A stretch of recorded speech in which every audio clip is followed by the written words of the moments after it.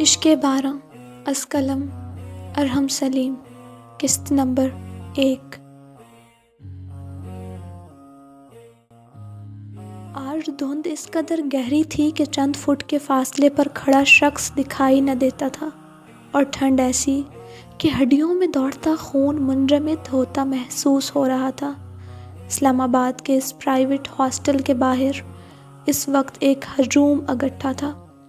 گرم کپڑوں کی مدد سے خود کو ڈھکے آپس میں گفتگو کرتے کچھ مقامی اور کچھ میڈیا کے لوگ، لیکن ان کی گڑمٹ ہوتی آوازیں ایمبولینس اور پولیس موبائل کے سائرن کی آواز کے پیچھے کہیں دب کر رہ گئی تھیں۔ ہاسٹل کا گیٹ اس وقت کھلا تھا۔ گیٹ سے اندر داخل ہو تو چھوٹا سا لان تھا۔ اس لان میں بنی روش پر چلتے آگے آؤ تو مین دروازے کے پاس پولیس وردی میں ملبوس کچھ آدمی کھڑے تھے۔ گرم شال میں خود کو لپیٹے ہاسٹل کی وارڈن بھی ان کے پاس کھڑی تھی۔ اس کے علاوہ ہاسٹل میں کام کرنے والا ہر انسان وہاں موجود تھا۔ وہ پولیس آفیسر دھیمی آواز میں ان سے کچھ گفتگو کر رہے تھے۔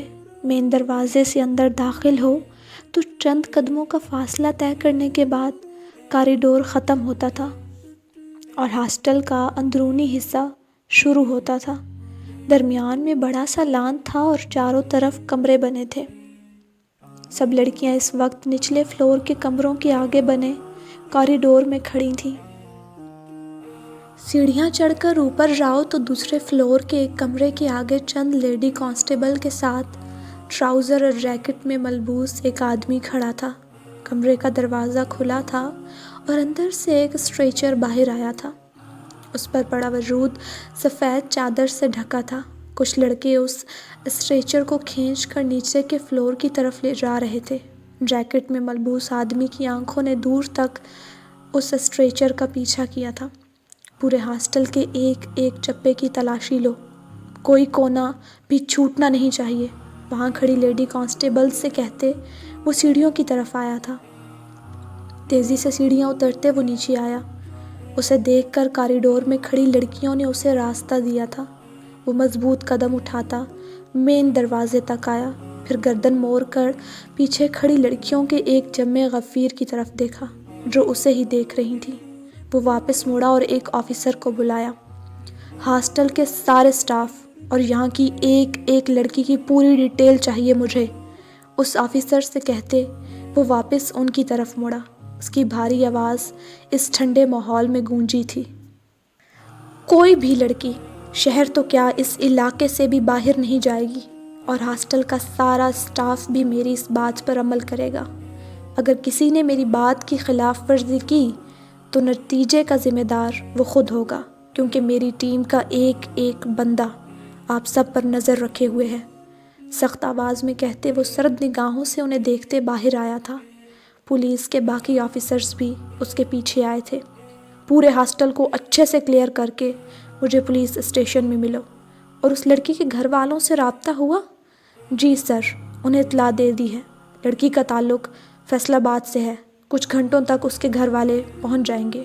آفیسر کی ڈیٹیل پر وہ سر ہلاتا ہاسٹل کے گیٹ سے باہر آ گیا۔ لوگوں کا ہجوم اب بھی وہاں جمع تھا۔ اس کے باہر آتے ہی میڈیا کے لوگ فوراً سے اس کی طرف بھاگے۔ سر، آپ کیا کہنا چاہیں گے اس بارے میں؟ یہ خودکشی تھی یا قتل؟ ایک رپورٹر نے مائک اس کے سامنے کیا تھا۔ دیکھیں، ابھی ہم کچھ نہیں کہہ سکتے۔ لاش کا پوسٹ مارٹم ہونے کے بعد ہی ہم کسی نتیجے پر پہنچیں گے۔ رپورٹر پھر سے بولنا شروع ہوا تھا، لیکن وہ ہاتھ کے اشارے سے انہیں منع کرتا اپنی گاڑی کی طرف آیا تھا۔ رپورٹرز اس کے پیچھے آئے تھے، جنہیں پولیس کے باقی آدمیوں نے روک دیا تھا۔ دھند اب بھی ویسی ہی تھی۔ گاڑی میں بیٹھ کر اس نے اگنیشن میں چابی گھمائی تو سرد پڑتی گاڑی میں زندگی دوڑ گئی۔ وہ نماز پڑھ کر واک پر جانے کی تیاری کر رہا تھا جب اسے اس قتل کی اطلاع ملی تھی۔ اب نہ جانے یہ قتل تھا یا خودکشی۔ بغیر تیار ہوئے وہ رف سے ہولیے میں ہی وہاں پہنچ گیا تھا۔ اب گھر جا کر ناشتہ کر کے اسے تیار ہو کر پولیس اسٹیشن جانا تھا۔ ستاروں بھرا تھال آسمان پر الٹا لٹکا تھا اور چاروں اور گھپ اندھیرا چھایا تھا۔ سفید دھند میں ہر چیز کو اپنی لپیٹ میں لے رکھا تھا اور جلتے بلب بہت مدھم دکھائی دے رہے تھے۔ ٹھنڈ آج بھی شدید ہی تھی۔ ہاسٹل کا کوریڈور سنسان پڑا تھا۔ سب لڑکیاں اپنے اپنے کمروں میں دبکی بیٹھی تھیں۔ رات کے 11 بج رہے تھے۔ ایسے میں دوسرے فلور کی سیڑھیوں پر ایک سیاہ حویلا سا بیٹھا دکھائی دیتا تھا۔ سیاہ شال کو اپنے گرد لپیٹے بیٹھی وہاں لڑکی کا چہرہ ہاتھ میں پکڑے موبائل کی روشنی میں واضح ہو رہا تھا۔ ارد گرد ایسا سناٹا چھایا تھا کہ سوئی گرنے کی بھی آواز آ جائے۔ اس لڑکی کا پورا وجود سیاہ چادر میں ڈھکا تھا۔ سر پر اونی ٹوپی تھی اور کانوں کے پاس سے کچھ بال نکلے تھے۔ آنکھیں ہلکے بھورے رنگ کی تھیں جو موبائل کی روشنی میں مزید چمک رہی تھیں۔ اوپر سے گھنگور پلکوں کی جھالر انہیں مزید پرکشش بنا رہی تھی۔ وہ ایسی آنکھیں تھیں جن پر عاشق ہونے کو جی چاہتا تھا۔ ستوہ ناک میں باریک سی نوز رنگ تھی جس پر لگا ڈائمنڈ دمک رہا تھا۔ ہونٹ ہلکے سرخی مائل تھے اور گال بھی ٹھنڈ کی وجہ سے گلابی پڑ رہے تھے۔ وہ حسن کی ایسی مورت تھی کہ یوں لگتا تھا ہاتھ لگانے سے میلی ہو جائے گی۔ مخروطی انگلیوں کے نفاست سے تراشے گئے ناخن زیادہ لمبے نہیں تھے اور سرخ نیل پالش سے سجے تھے۔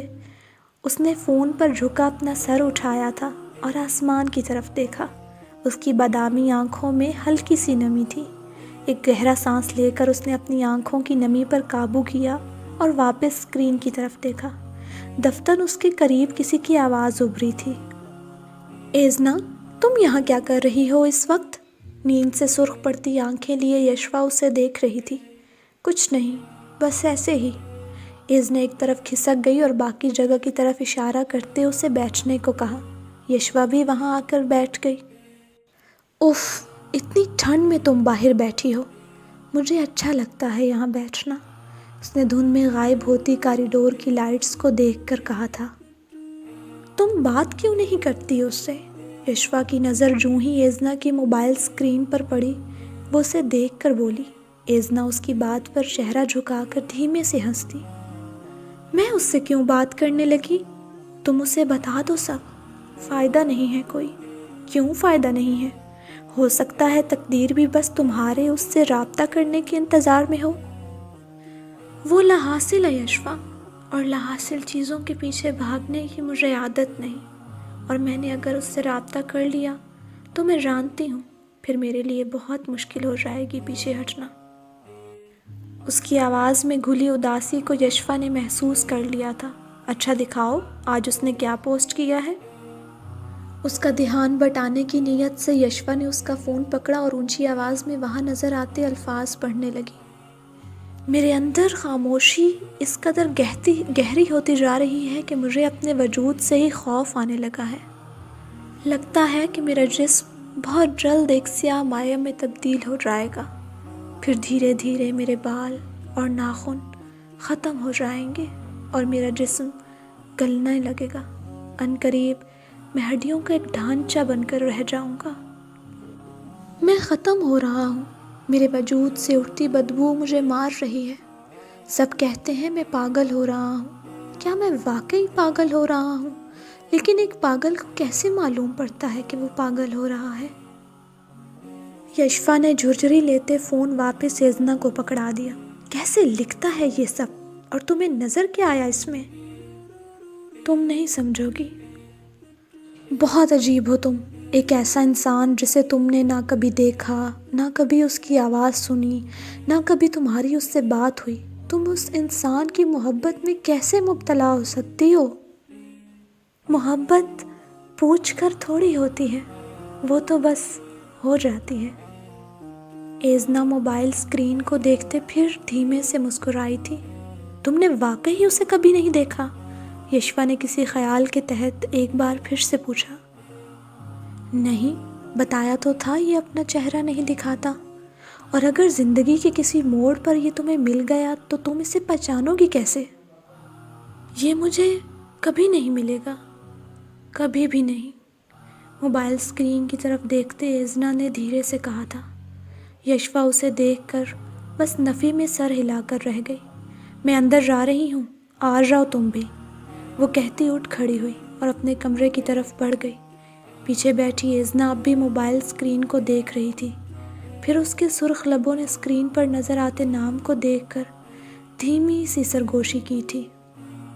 سیان خیبر شاہ۔ اگلی صبح ہاسٹل کی دیواروں پر بہت نرم گرم سی اتری تھی۔ ایزنا اس وقت شیشے کے آگے کھڑی یونیورسٹی جانے کے لیے تیار ہو رہی تھی۔ سیاہ گھنگرالے بالوں کو کنگھی کر کے اس نے ڈھیلے سے جوڑے میں باندھ رکھا تھا اور پھر سائٹ پر رکھا سن بلاک اٹھا کر چہرے پر لگایا۔ وہ سفید بیل باٹم کے اوپر جامنی رنگ کی شارٹ فراک پہنے ہوئے تھی، اوپر ہاف وائٹ رنگ کا سویٹر اور گلے میں مفلر لپٹا تھا۔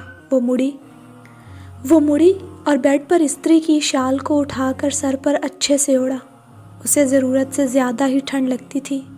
یہی وجہ تھی کہ آج تیز دھوپ کے باوجود بھی اس نے مفلر، گرم شال سب لیا تھا۔ بیڈ پر رکھی 2 کتابوں کو بیگ میں ٹھونسا اور چارجر پر لگا فون اتار کر بیگ پکڑے باہر آ گئی۔ یشفا باہر کھڑی۔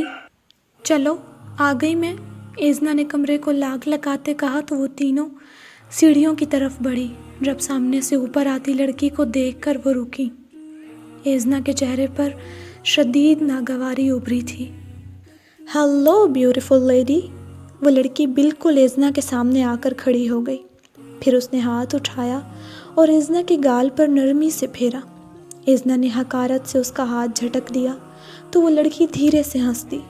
اس کی آنکھوں کی چمک ایزنا کی حرکت پر مزید بڑھ گئی تھی۔ دانت سختی سے ایک دوسرے پر جمائے وہ غصے سے بولی تھی۔ اس کا سانس تیز تیز چلنے لگا تھا۔ یشفا نے فوراً سے اس کے کندھے پر ہاتھ رکھا تھا۔ غصے میں تو تم اور بھی خوبصورت لگتی ہو۔ خدا جانے کیا کھا کر پیدا کیا تھا تمہاری ماں نے تمہیں۔ وہ لڑکی ہنس کر بولی۔ ایزنا چلو یہاں سے۔ یشفا اور ساتھ کھڑی دوسری لڑکی نے ایزنا کو کندھوں سے پکڑ کر کھینچا تھا کہ مبادا وہ صبح لڑنا نہ شروع ہو جائے۔ آئندہ تم نے مجھ سے کوئی بکواس کی تو مجھ سے برا کوئی نہیں ہوگا۔ انگلی اٹھا کر ایک ایک لفظ چبا کر کہتے، اسے سختی سے وارن کرتے ایزنا سیڑھیوں کی طرف بڑھی تھی۔ یشفا اور دوسری لڑکی مائدہ بھی اس کے پیچھے آئی تھیں۔ تم سے برا کوئی ہے بھی نہیں میری جان۔ وہ تیزی سے سیڑھیاں اتر رہی تھی جب اسے نمرا کی آواز آئی۔ ایزنا نے غصے سے چہرہ اٹھا کر اوپر دیکھا تھا۔ جو ریلنگ پر جھکی اسے ہی دیکھ رہی تھی۔ ایزنا کے دیکھنے پر وہ آنکھ دباتے ہنس دی۔ ایزنا چلو یہاں سے۔ یشفا نے پھر سے اس کا ہاتھ پکڑا اور اسے کھینچتے ہوئے اپنے ساتھ لے گئی۔ یہ سمجھتی کیا ہے خود کو؟ میں منہ توڑ دوں گی اس کا، آئندہ اس نے مجھے ہاتھ بھی لگایا تو۔ غصے سے اس کا چہرہ سرخ پڑ رہا تھا، ناک کے نتنے پھول چکے تھے۔ تم چھوڑو اسے، معلوم تو ہے کہ وہ پاگل ہے۔ مائدہ نے اسے ٹھنڈا کرنا چاہا تھا۔ وہ لوگ اب مین گیٹ سے گزر کر باہر آ گئی تھیں۔ ایزنا نے لمبا سانس لے کر اپنے اندر سے اٹھتے غصے کے لاوے کو دبایا تھا۔ چلو بس آ گئی۔ یونی کی بس ان کے سامنے رکی تو وہ اس پر سوار ہو گئی۔ ایزنا کھڑکی کے پاس موجود خالی سیٹ پر بیٹھ گئی۔ وہ ہمیشہ کھڑکی کے پاس ہی بیٹھتی تھی۔ اگر کوئی سیٹ خالی نہ ہوتی تو وہ دروازے کے ساتھ بیٹھ جاتی، اور اگر وہ سیٹ بھی خالی نہ ہوتی تو وہ کھڑے ہو کر جانا پسند کرتی تھی۔ کھڑکی کے پاس بیٹھ کر ٹھنڈی ہوا کو محسوس کرتے پاس سے گزرتی گاڑیوں کو دیکھنا اسے بہت پسند تھا۔ جیسے ہی کوئی گاڑی تیزی سے پاس سے گزرتی، ہوا کا ایک تیز جھونکا آتا تھا اور وہ مسکرا دیتی۔ تیز ہوا جب اس کی جلد پر دباؤ ڈالتی تھی، اسے اپنے اندر ایک کھلکھلاہٹ سی محسوس ہوتی تھی۔ اب بھی اس کا غصہ پل میں غائب ہو گیا تھا۔ ہاسٹل یونیورسٹی سے تقریباً آدھے گھنٹے کے فاصلے پر تھا۔ ارد گرد کے نظاروں سے لطف اندوز ہوتے اب وہ یونیورسٹی کے گیٹ کے سامنے کھڑی تھیں۔ گیٹ سے ان کا ڈپارٹمنٹ 20 منٹ کی واک پر تھا۔ تم نے فارائن اسکالرشپ کے لیے اپلائی کیا؟ یشفا نے ہاتھ میں پکڑے رجسٹر کو آنکھوں کے اوپر کرتے دھوپ سے بچنا چاہا تھا۔ سوچ رہی ہوں۔ تمہیں کرنا چاہیے ایزنا، تم ایک لائق اسٹوڈنٹ ہو، اور دوسرا تمہیں شوق بھی ہے۔ تمہیں اس موقع سے فائدہ اٹھانا چاہیے۔ ہاں، یشفا ٹھیک کہہ رہی ہے۔ ہم دونوں کے گھر والے نہیں مانیں گے، لیکن انکل آنٹی تمہیں کچھ نہیں کہیں گے۔ چلو آج بابا سے ڈیٹیل میں بات کروں گی اس بارے میں۔ ویسے بھی ابھی لاسٹ ڈیٹ گزرنے میں وقت ہے۔ یوں ہی باتیں کرتے وہ اپنی کلاس میں داخل ہو گئی۔ شروع کی چند کرسیاں خالی تھیں، وہ وہاں آ کر بیٹھ گئیں۔ ایزنا اور یشفا کی دوستی یونیورسٹی کے پہلے دن سے ہو گئی تھی۔ ایزنا پہلے ایزنا پہلے یونیورسٹی کے ہاسٹل میں رہتی تھی، لیکن پھر وہاں ناقص سہولیات کی وجہ سے وہ یشوا کے ہاسٹل شفٹ ہو گئی تھی۔ مائدہ سے ان کی دوستی کچھ عرصہ پہلے ہی ہوئی تھی، جو ان کے ہی ڈپارٹمنٹ کی تھی، اور چند ماہ پہلے ہی ان کے ہاسٹل آئی تھی۔ اس وقت ان کا سیکنڈ لاسٹ سیمسٹر چل رہا تھا۔ وہ سب BS سائیکالوجی کی اسٹوڈنٹ تھیں۔ کلاس میں کافی گہما گہمی تھی، اور پھر پروفیسر کے داخل ہوتے ہی وہاں خاموشی چھا گئی۔ وہ تینوں بھی خاموش ہوتے پروفیسر کی جانب متوجہ ہو گئیں۔ اس وقت وہ تینوں کیفے میں بیٹھی تھیں۔ سامنے بریانی کی ایک پلیٹ رکھی تھی، اور وہ اسکالرشپ کے بارے میں ہی ڈسکس کر رہی تھیں۔ ایزنا کے بیگ میں رکھا اس کا موبائل ایک دم سے بجا تھا۔ اس نے بیگ میں ہاتھ ڈال کر موبائل نکالا تو نمبر دیکھ کے وہ مسکرا دی۔ السلام علیکم بابا، اس نے مدھم مگر پرجوش آواز میں کہا تھا۔ وعلیکم السلام، کیسا ہے میرا بیٹا؟ میں بالکل ٹھیک، آپ سنائیں، اماں کیسی ہے؟ میں بھی بالکل ٹھیک ہوں، اور تمہاری اماں بھی تمہیں بہت یاد کر رہی ہے۔ بس بابا، کچھ دنوں سے مصروف تھی اس لیے کال نہیں کر سکی۔ اور سناؤ، تم سب ٹھیک جا رہا ہے؟ جی بابا، ایک دم ٹھیک۔ انفیکٹ مجھے آپ سے کچھ ڈسکس کرنا تھا۔ ہاں بولو۔ وہ بابا، میں فارین اسکالرشپ کے لیے اپلائی کرنے کا سوچ رہی تھی، لیکن میں نے سوچا پہلے آپ سے پوچھ لوں، تم کیا چاہتی ہو؟ مجھے تو کچھ خاص شوق نہیں، پر یہ یشوا لوگ ہی کہہ رہے ہیں مجھے کرنا چاہیے، اور کچھ ٹیچرز نے بھی مجھے کہا ہے۔ آگے جاب کو لے کر مجھے بہت آسانی ہوگی۔ بیٹا، جو تمہیں ٹھیک لگے کر لو، مجھے تو کوئی اعتراض نہیں، بس تمہاری اماں کا مسئلہ ہے، وہ دھیرے سے ہنستے ہوئے بولے۔ ان کو تو آپ منا لیں گے ہمیشہ کی طرح، وہ کہہ کر دھیما سا ہنسی تھی۔ اس کی مسکراہٹ اس قدر خوبصورت تھی کہ ٹیبل کے پاس بیٹھے ایک لڑکے نے مڑ کر اس کی طرف دیکھا تھا۔ اس کی ہلکی سرمئی آنکھوں میں چمک ابھری تھی۔